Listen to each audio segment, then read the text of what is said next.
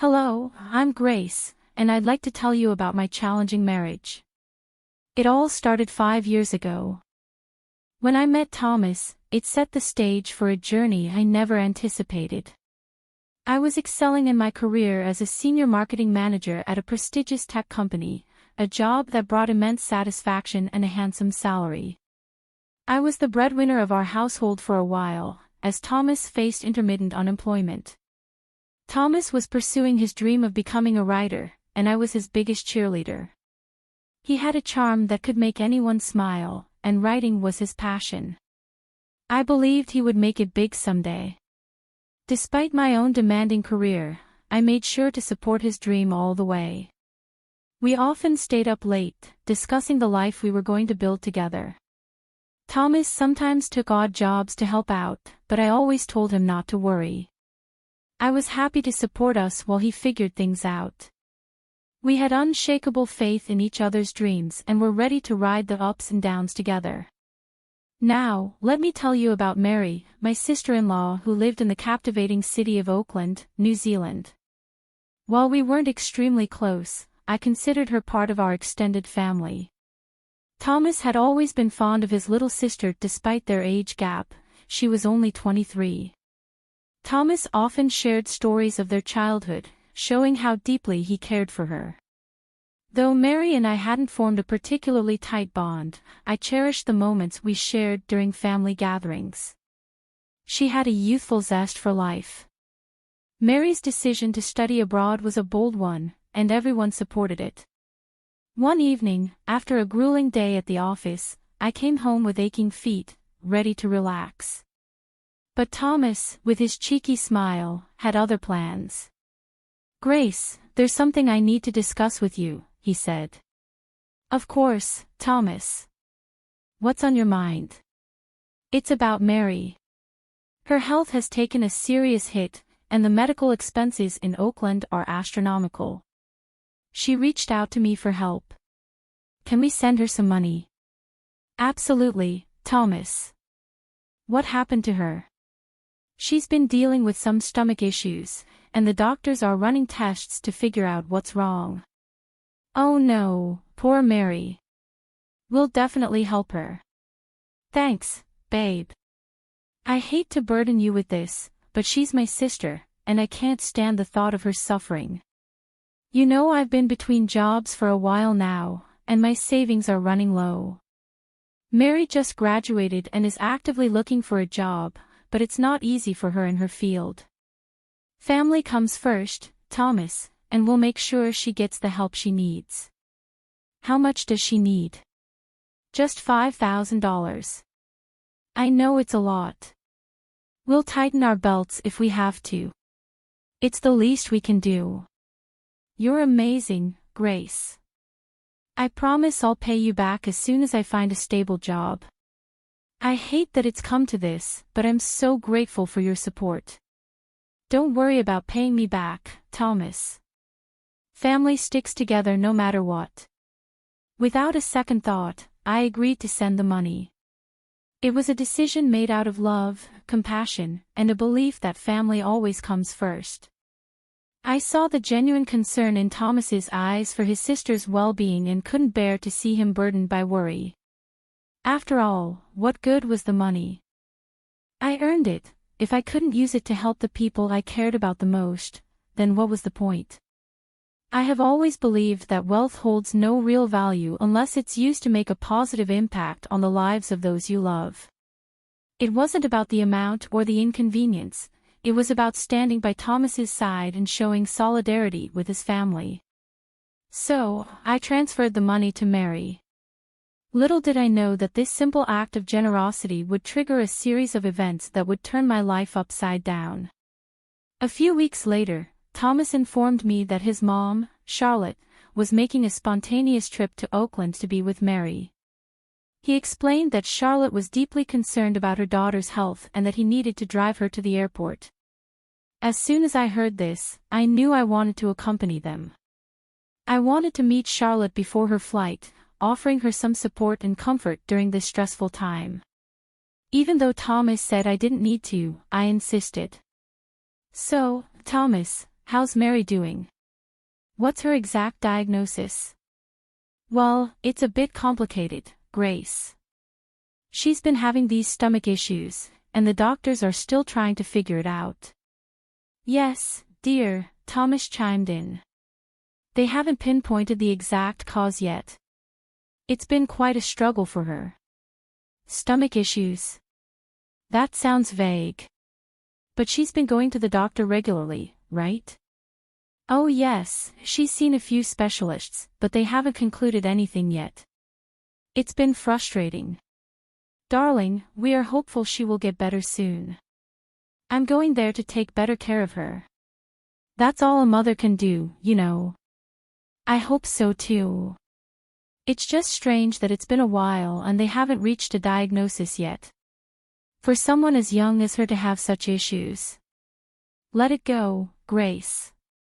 Let's just focus on getting Mom to the airport right now. While Charlotte was away in Oakland, life continued as usual. I headed to work while Thomas stayed home, working on his novel. Another month passed, and then Thomas approached me with another request for money. He explained that Mary was relocating for a new job and needed financial help for her new apartment. Charlotte was still in Oakland with her, and from what I knew, Charlotte was wealthy enough to support Mary comfortably.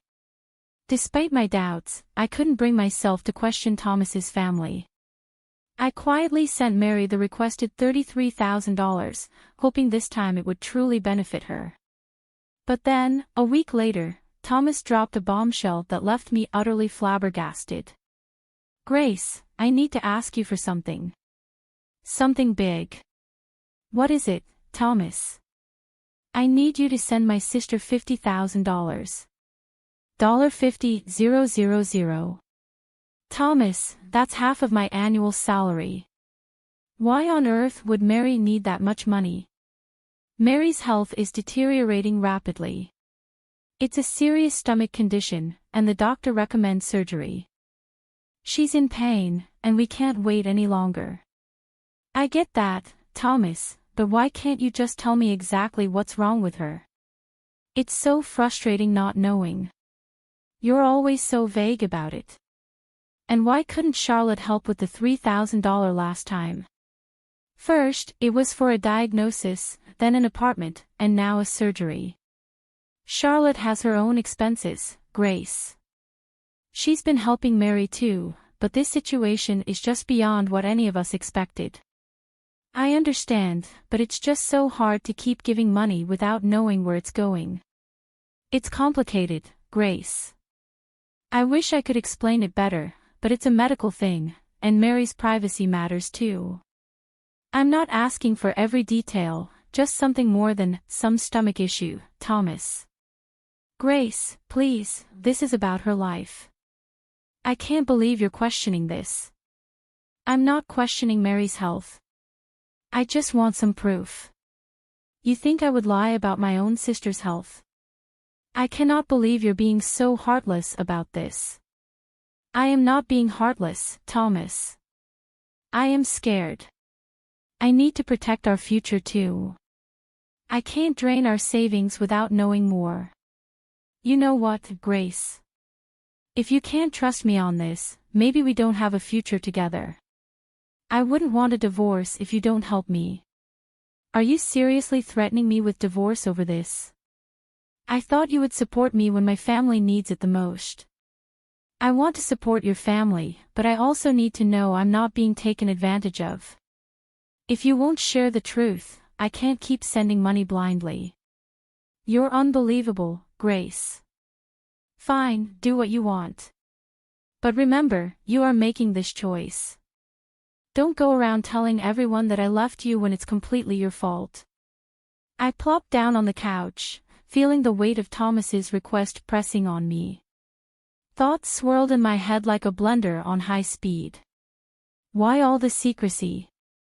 First, it was for Mary's diagnosis, then an apartment, and now surgery. It just didn't add up. I sat there, wrestling with my thoughts.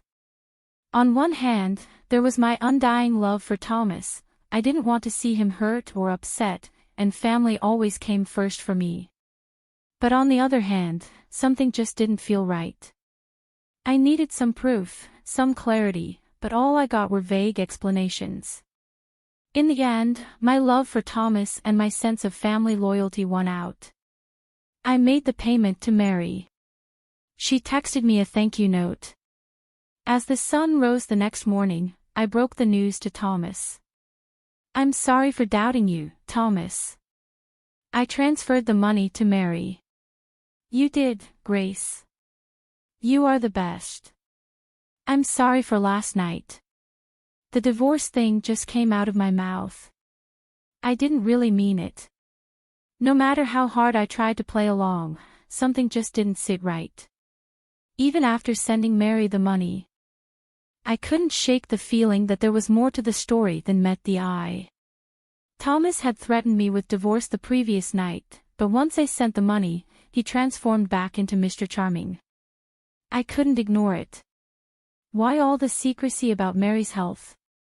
Why wasn't Charlotte stepping up to help her own daughter when she was struggling?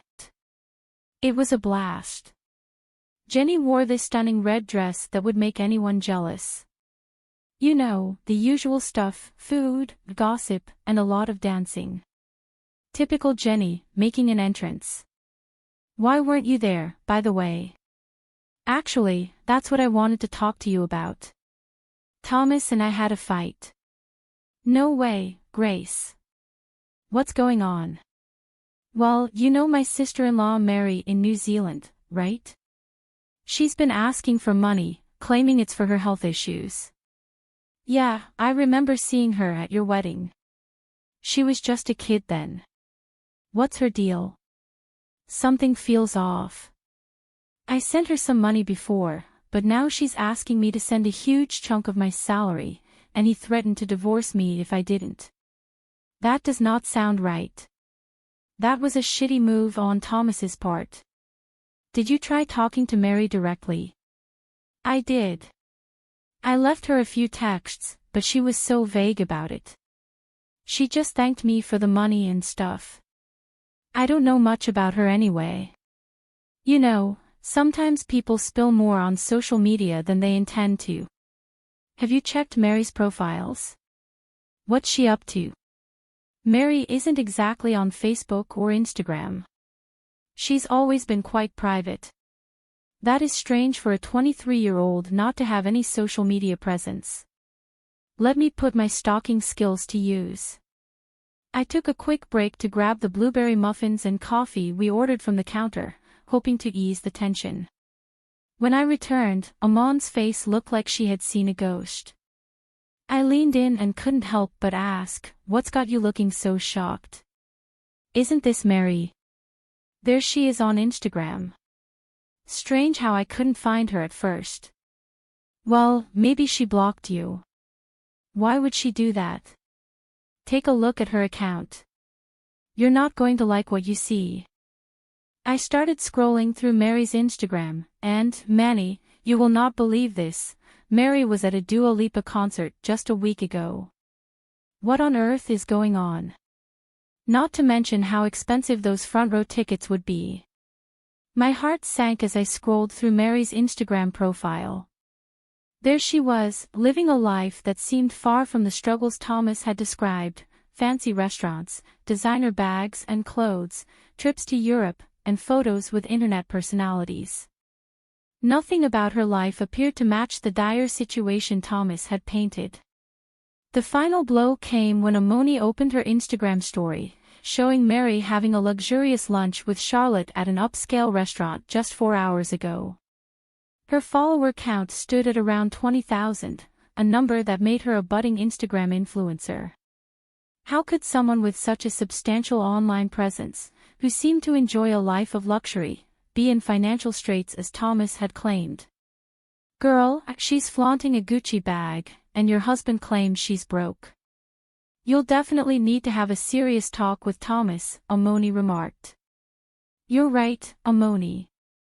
I need to go. See you later. I dashed back home, my head swirling with thoughts, but Thomas was nowhere in sight. I couldn't sit still, so I restlessly paced the living room, my heart racing. Finally, Thomas walked through the door. "Hey, baby, how was your day with Amoni?" I asked. "You're home early." It was very educational. I learned about a lot of things today. That's different. I just went for a walk to hit my daily step goal. Nice. You seem upset. Is everything all right with Amoni? Oh, come on, Thomas. Did you know about this or not? Know about what? I pulled out the screenshots of Mary's photos that Amoni had sent me. Thomas's face turned pale as he gazed at the screenshots. I could see the regret in his eyes. Where did you find these? It doesn't matter where I found them. The question is, did you know? Look me in the eyes and admit you've been keeping things from me. Thomas nodded reluctantly. Yes, I have. Why in the world would you lie about something like this? And where did all the money I worked hard for go? It's a complicated situation. I'm not accepting that as an answer. You better start talking. Mary needed money because she didn't finish college. She dropped out. What? And who was going to tell me that? You said she graduated. Yeah, I never told you. I lied. She wanted to become an influencer and needed money to maintain that lifestyle. I thought I could help her out. So you sent her money so she could splurge on designer clothes and bags and build a fake social media life. You don't understand, Grace. She realized college wasn't for her, so there was no illness, no surgery, no new job, and no new apartment. You lied to me, took the money I worked hard for, and threw it at your sister who just wanted to live a glamorous social media fantasy. What about Charlotte? Why did she fly out to Oakland? She's no saint. They come from a family of liars. They are actually planning to fly to Paris for an influencer event on Mother's Day. It's a thing where everyone brings their mother as their date. I can't believe you tried to sell me the story that your sister was seriously ill when in reality you needed money for these first-world problems.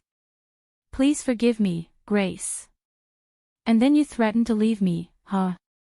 Aaron, you are such a manipulator. I'm sorry.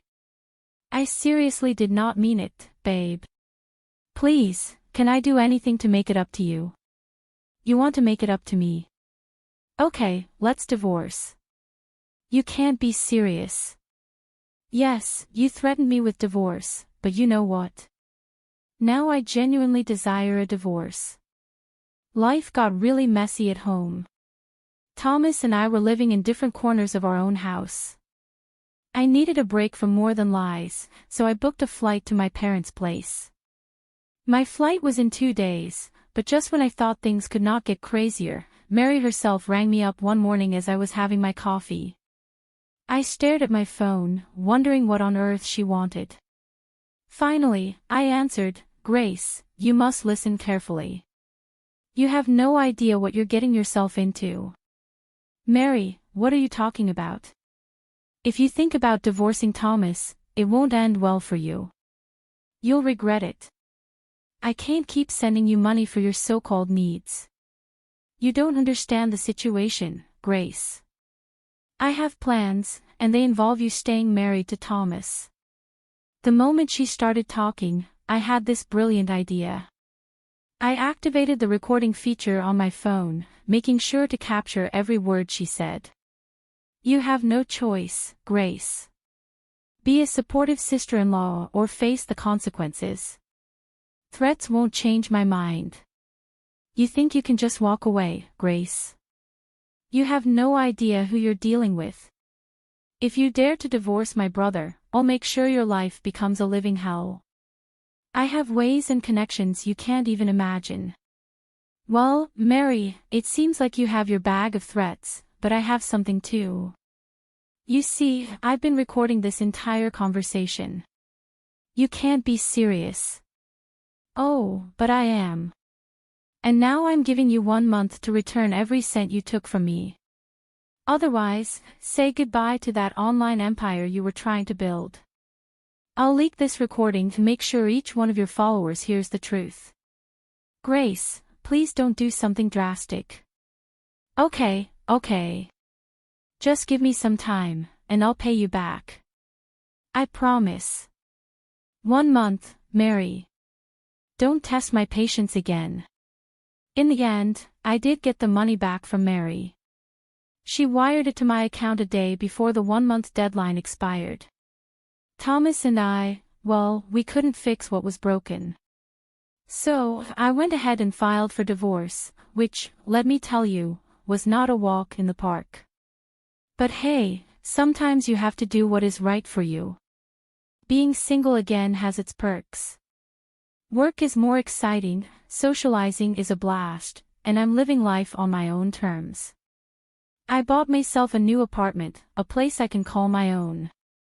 My family and friends often ask me how I manage to keep my spirits high through all that craziness. I just give them a huge smile and say, when people cross lines with you, sometimes you have to cross some lines too.